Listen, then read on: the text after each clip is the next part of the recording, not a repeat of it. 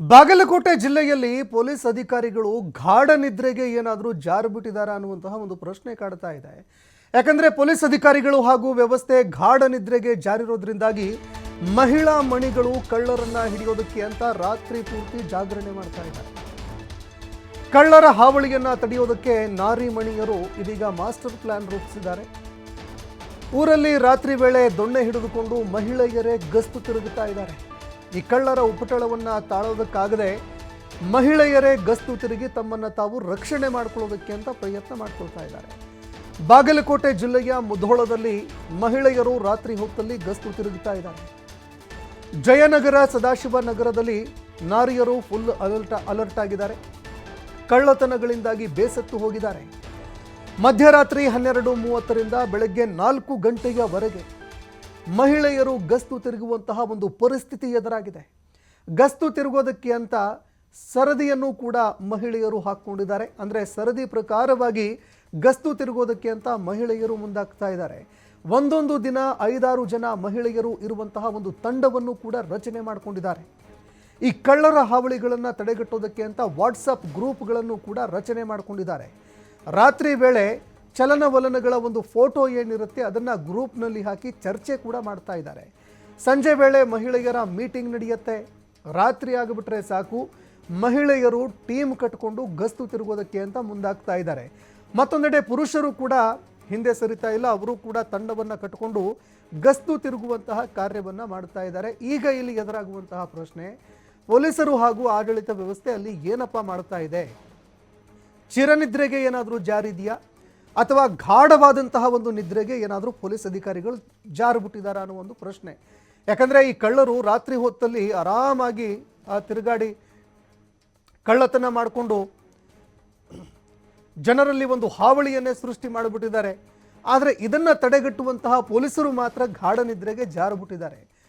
ಆದರೆ ತಮ್ಮನ್ನು ತಾವು ತಮ್ಮ ಮನೆಗಳನ್ನು ರಕ್ಷಣೆ ಮಾಡ್ಕೊಳ್ಳೋದಕ್ಕೆ ಅಂತ ಜನ ಈಗ ನೈತಿಕ ಪೊಲೀಸ್ಗಿರಿಗೆ ಇದೀಗ ಇಳಿದು ಬಿಟ್ಟಿದ್ದಾರೆ.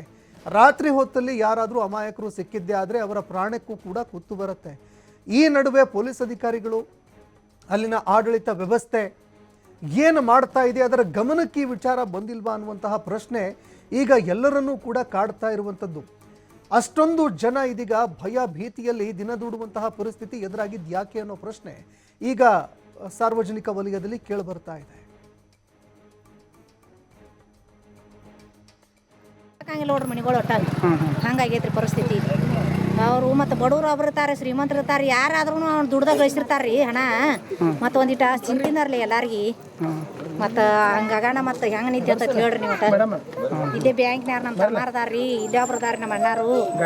ದಿವಸ ನಾವು ಹೊಲ್ದಾಗ ಅದೀವ್ರಿ ಕರೆ ಇದನ್ನ ಕೇಳೋದಾಗೈತ್ರಿ ಸುದ್ದಿ. ಫೋನ್ ಮಾಡಿದ್ರೆ ಬರೀ ಅಲ್ಲಿ ಬಂದ್ರಿವ ಇಲ್ಲಿ ಬಂದ್ರಿವ, ನನಗೆ ಹೊರಗೆ ಎದ್ದು ಹೋಗೋಣ ಆಗಂಗಿಲ್ಲ ತಾಡ್ರಿ. ನಮ್ಮ ಅಣ್ಣನ ಏನ್ರ ಬೈಕಿ ತಂಗಿ ತಮ್ಮನಿ ಅಂತ ಬೈಕಿ ಒಟ್ಟ ಹಗಲೋದ ಕೀಲಿ ಹಾಕೋಂಗಿಲ್ಲ. ಇವು ಒಬ್ರು ಮನೆ ಮುಂದೆ ಆಗತ್ತಾಗ ಹಿಡಿತಾರೆ ಅವ್ರು.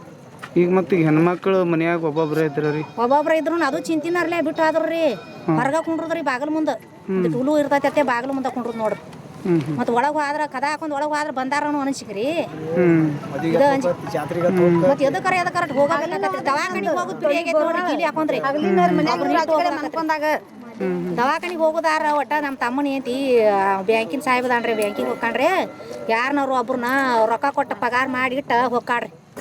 ಆಕಿಗೆ ಹೊರ ಚಂಚನ ಹಾಕೊಂಡ್ರಿ ಬಾಗಲ್ ಮುಂದೆ ಹೇಳಿ ದವಾಖಾನಿಗೆ ಹೋಗ್ತೀವಿ ನೋಡ್ರಿ. ನಾವು ಆಕಿನ ಕರ್ಕೊಂಡು ಹೋಗೋದಾರ ಹಿಂಗಾಗೈತ್ರಿ. ಹನಿ ಬಾರ ನಮ್ದು ಯಾಕಂಗಿಲ್ಲ ನೋಡ್ರಿ ಮನಿಗಳು ಒಟ್ಟ ಹಂಗಾಗೈತ್ರಿ ಪರಿಸ್ಥಿತಿ.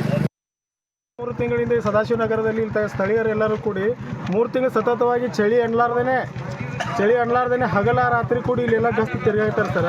ಆದರೂ ಇಲ್ಲಿ ಸ್ಥಳೀಯವಾಗಿದ್ದಾರೋ, ಹೊರಗಡೆ ಇರೋದಾರೋ, ಹೊರ ರಾಜ್ಯದವರು ಇಲ್ಲಿ ಕಬ್ಬಿನಿ ಗ್ಯಾಂಗ್ಗಳು ಚಾಲೂ ಆಗಿರೋದ್ರಿಂದ ಸಾಕಷ್ಟು ಸುತ್ತಮುತ್ತ ಹಳ್ಳಿಗಳಲ್ಲಿ ಎಲ್ಲರೂ ವಾಸ ಮಾಡತ್ತಾರೆ ಸರ್. ಆಮೇಲೆ ಸಾಕಷ್ಟು CCTV ಅದಾವ್ರಿ ಇಲ್ಲೆಲ್ಲ. ಇದ್ರೂ CCTV ಕ್ಯಾಮ್ರಾ ಒಳಗೆ ಕಾಣಿಸ್ಕೋತಾರೆ ಸರ್. 1.5 ತಿಂಗಳ ಒಂದು 15 ಡೇಸ್ ಹಿಂದೆ ರೀ ಇಲ್ಲೊಂದು ಮನೆಯಲ್ಲಿ ಬಡಿಗೇರನವ್ರ ಮನೆಯಲ್ಲಿ ಒಂದು ವಿಫಲ ಕಳ್ಳತನ ಪ್ರಯತ್ನ ಮಾಡ್ತಾರೆ ಸರ್. ಅದು ರಾತ್ರಿ ಸುಮಾರು 12:30ವರೆಗೆ ಅದ್ರು ಸರ್. ಆಮೇಲೆ ಇಲ್ಲಿ ಲೈಟಿಂಗ್ ಇದ್ರು ಸರ್, ಲೈಟಿಂಗ್ ಎಲ್ಲ ಆಫ್ ಮಾಡ್ತಾರೆ ಸರ್. ಇಲ್ಲಿ ಗಸ್ತು ತಿರುಗುವಂಥ ಜನರನ್ನು ಒಂದು 4 ಜನ ಬಂದು ಬೈಪಾಸ್ ಗಾಡಿ ತೊಗೊಂಡು. ಈ ಬಗ್ಗೆ ಮತ್ತಷ್ಟು ಮಾಹಿತಿ ಕೊಡ್ತಾರೆ ಪ್ರತಿನಿಧಿ ಗುರು ಹಿರೇಮಠ್ ಫೋನ್ ಸಂಪರ್ಕದಲ್ಲಿ ಜಾಯ್ನ್ ಆಗಿದ್ದಾರೆ. ಗುರು ಹಿರೇಮಠ್, ಮುಧೋಳದಲ್ಲಿ ಕಳ್ಳರ ಹಾವಳಿ ಹೆಚ್ಚಳವಾಗ್ತಾ ಇದೆ ಅನ್ನುವಂತಹ ಒಂದು ಗಂಭೀರ ಆರೋಪವನ್ನು ಸ್ಥಳೀಯರು ಮಾಡ್ತಾ ಇದ್ದಾರೆ. ಈ ರೀತಿಯಾಗಿ ಸ್ಥಳೀಯರು ಮಹಿಳೆಯರು ಗುಂಪು ಕಟ್ಟಿಕೊಂಡು ತಮ್ಮನ್ನು ತಾವು ರಕ್ಷಣೆ ಮಾಡ್ಕೊಳ್ಳೋದಕ್ಕೆ ಅಂತ ರೋಡಿಗಿಳಿತಾ ಇದ್ರೆ ಪೊಲೀಸ್ ಅಧಿಕಾರಿಗಳು ಅಲ್ಲಿನ ಆಡಳಿತ ವ್ಯವಸ್ಥೆ ಏನು ಮಾಡ್ತಾ ಇದೆ ಅಂತ? ನಿಜಕ್ಕೂ ಖಂಡಿತ ಸಂತೋಷ್. ಏನು ಬಾಗಲಕೋಟೆ ಜಿಲ್ಲೆಯ ಮುಧೋಳ್ ನಗರದಲ್ಲಿ ಕಳ್ಳತನ ಪ್ರಕರಣಗಳ ದಿನದಿಂದ ದಿನಕ್ಕೆ ಹೆಚ್ಚಾಗ್ತಿರುವಂತದ್ದು, ಮುಖ್ಯವಾಗಿ ಅಲ್ಲಿ ಸ್ವತಃ ತಾವೇ ಮತ್ತು ಅಲ್ಲಿಯ ಮಹಿಳೆಯರು ಮತ್ತು ಅಲ್ಲಿ ಸಾರ್ವಜನಿಕರು ಸೇರಿ ತಮ್ಮ ಮನೆಗಳನ್ನ ಕಾಯುವಂತ ಪರಿಸ್ಥಿತಿ ಇವತ್ತು ನಿರ್ಮಾಣ ಆಗಿರುವಂತದ್ದು.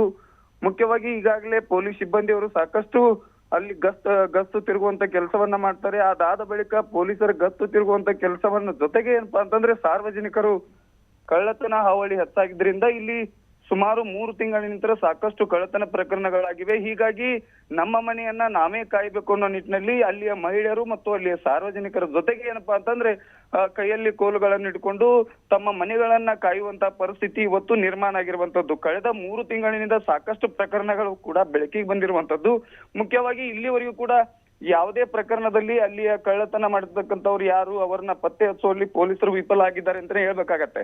ಅಂದ್ರೆ ಸಾಕಷ್ಟು ರೀತಿ ಇಂಥ ಪ್ರಕರಣಗಳ ಬೆಳಕಿಗೆ ಬಂದ್ರು ಕೂಡ ಯಾಕೆ ಪೊಲೀಸರ ವಿಫಲರಾಗಿದ್ದಾರೆ ಅನ್ನುವಂತ ಸಾರ್ವಜನಿಕರು ಒಂದು ಆರೋಪವನ್ನ ಕೂಡ ಮಾಡ್ತಿರುವಂತದ್ದು. ಹೀಗಾಗಿ ನಮ್ಮ ಮನೆಯನ್ನ ನಾವೇ ಕಾಯ್ದುಕೊಳ್ಬೇಕು, ಮತ್ತ ಹೆಣ್ಣು ಮಕ್ಕಳೇ ಮೊದಲು ಬೀದಿಗಿಳಿದು ಒಂದು ಹೋರಾಟವನ್ನ ಮಾಡ್ಲಿಕ್ಕೆ ಅಲ್ಲಿಯ ಪೊಲೀಸರ ಜೊತೆಗೆ ಏನಪ್ಪಾ ಅಂತಂದ್ರೆ ಸ್ಥಳೀಯರು ಕೂಡ ಮುಂದಾಗಿರುವಂತದ್ದು. ಇಲ್ಲಿ ಮುಖ್ಯವಾಗಿ ಪೊಲೀಸ್ ಠಾಣಾ ಅಧಿಕಾರಿಗಳ ಜೊತೆಗೆ ಸಾಕಷ್ಟು ಸಾರ್ವಜನಿಕರು KDP ಸಭೆಯಲ್ಲಿ ಉಸ್ತುವಾರಿ ಸಚಿವರ ಜೊತೆ ಕೂಡ ಮಾತನಾಡಿದಂತ ಘಟನೆ ಕೂಡ ಬೆಳಕಿಗೆ ಬಂದಿರುವಂತದ್ದು. ಇದಾದ ಬಳಿಕವೂ ಕೂಡ ಇಲ್ಲಿವರೆಗೂ ಕೂಡ ಕಳ್ಳತನ ಪ್ರಕರಣಗಳು ದಿನದಿಂದ ಹೆಚ್ಚಾಗ್ತಾ ಇದ್ದಾವೆ, ನಮಗೆ ಸೇಫ್ಟಿ ಇಲ್ಲ ಅಂತಕ್ಕಂಥ ಸಾರ್ವಜನಿಕರು ಒಂದ್ ಕಡೆ ಆಕ್ರೋಶವನ್ನ ವ್ಯಕ್ತಪಡಿಸಿರುವಂತದ್ದು. ಹೀಗಾಗಿ ತಮ್ಮ ಮನೆಯನ್ನ ಕಾಯ್ಲಿಕ್ಕೆ ನಿತ್ಯ 8 ಗಂಟೆಯಿಂದ ಸಾಯಂಕಾಲ ಬೆಳಗಿನ ಜಾವ 4 ಗಂಟೆವರೆಗೂ ತಾವು ಕೂಡ ಆ ಮನೆಯನ್ನ ಕಾಯುವಂತಹ ಪರಿಸ್ಥಿತಿ ಇವತ್ತು ನಿರ್ಮಾಣ ಆಗಿರುವಂತದ್ದು. ಇಲ್ಲಿಯ ಪೊಲೀಸ್ ಅಧಿಕಾರಿಗಳು ಕೂಡಲೇ ಸ್ಥಳೀಯರಿಗೆ ಮತ್ತು ಅಲ್ಲಿಯ ಜನಪ್ರತಿನಿಧಿಗಳಿಗೆ ಒಂದು ಸಾಂತ್ವನ ಹೇಳುವಂತ ಕೆಲಸವನ್ನ ಮಾಡಬೇಕು. ಕೂಡಲೇ ಕಳ್ಳರ ಕೈ ಚಳಕದಿಂದ ಯಾರು ಕಳ್ಳತನ ಮಾಡ್ತಿದ್ದಾರೆ ಅವರನ್ನ ಬಂಧಿಸುವಂತ ಕೆಲಸಕ್ಕೆ ಕೂಡ ಪೊಲೀಸ್ ಅಧಿಕಾರಿಗಳು ಮುಂದಾಗಬೇಕಾಗತ್ತೆ. ಸಂತೋಷ್, ಧನ್ಯವಾದಗಳು ಗುರು ಹಿರೇಮಠ್ ನಿಮ್ಮೆಲ್ಲ ಮಾಹಿತಿಗೆ. ಇಲ್ಲಿವರೆಗೆ ಕಂಪ್ಲೇಂಟ್ ಕೊಟ್ರೆ ಅದೇನಾಯ್ತು?